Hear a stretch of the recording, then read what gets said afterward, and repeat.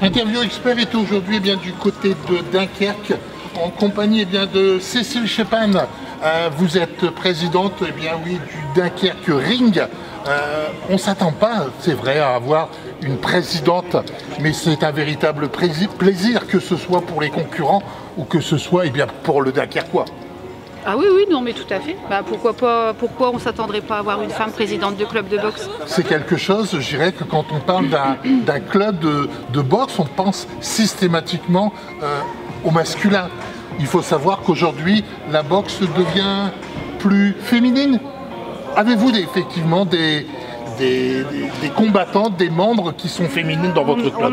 On a pas mal de féminines au sein du club, qui viennent pas forcément. Alors on en a quelques-unes qui sont en espoir dans les jeunes, le mercredi après-midi, les petits, il y a pas mal de filles. On en a une qui boxe également en boxe amateur. Là qui a fait un petit break sur la boxe amateur pour raisons personnelles. Mais on en a. Pourquoi, selon vous, il y a peu de femmes, effectivement, qui viennent à la boxe? Est-ce que la boxe n'a pas un effet brutal, qui n'est pas automatiquement, puisque on peut bien le voir, la boxe, c'est quand même un sport qui est beaucoup plus réglementé, plus suivi. Au niveau médical, on ne fait pas n'importe quoi. Non, mais je suis pas d'accord avec vous, il y a de plus en plus de femmes à la boxe. D'ailleurs, il y a, au niveau du Dunkerquois, il y a Priscilla Peterle qui est championne d'Europe. Oui. Et il y a de plus en plus de femmes au niveau national, au niveau européen, au niveau mondial qui sont à la boxe. Oui. Donc cela veut dire effectivement que l'état d'esprit va changer avec la boxe au niveau... Elle est en train de changer. Elle est en train de changer. Elle est en train de changer. Je pense récemment à mon fils et mon mari qui sont allés voir un championnat du monde en Irlande, entre deux femmes. C'est autre chose, c'est un autre monde aussi. Il y avait, je sais pas, 20 000 personnes dans le stade était plein. Quelle est la différence au niveau d'un combat, selon vous, entre des combattantes et des combattants? La différence qu'il peut y avoir, je pense que c'est la différence, alors peut-être à un niveau de respect. Je pense qu'il va y avoir plus de respect entre deux femmes qu'entre deux hommes. D'accord. Cela veut dire qu'on fait plus attention à la personne qu'on a face à soi? Peut-être. Ça va être un esprit différent. D'accord. Qu'est-ce que vous pourriez dire aujourd'hui à une personne qui hésiterait à venir à la boxe, une femme qui hésiterait à venir à la boxe? Qu'elle essaye déjà. Qu'elle essaye pour venir voir? Qu'elle essaye déjà et puis après elle se fera son propre opinion. Mais il faut qu'elle essaye déjà avant. Et quels sont effectivement les arguments que vous pourriez mettre sur le devant pour que certaines femmes qui n'osent pas venir et qui se disent que j'ai pas envie de me faire démonter, entre guillemets? Juste ça, qu'elle essaye, qu'elle vienne voir. La boxe, c'est pas un bain de sang, c'est pas toujours, on pense toujours à ça. Alors il y a toujours un vieux adage qui dit qu'il faut avoir le nez cassé pour venir à la boxe. Non, pas du tout. C'est toujours un vieux adage qu'il faut essayer de démonter. Ça, je sais pas pourquoi il y a toujours ça. Cécile, de votre côté, est-ce que vous avez déjà monté sur un ring? Non, pas du tout. Pourquoi? Parce que moi, ça ne me tente pas. J'aime la boxe, parce que j'ai épousé un boxeur et ça fait 40 ans qu'on se connaît. Et qu'il boxait déjà quand je l'ai connu, et que j'aime la boxe.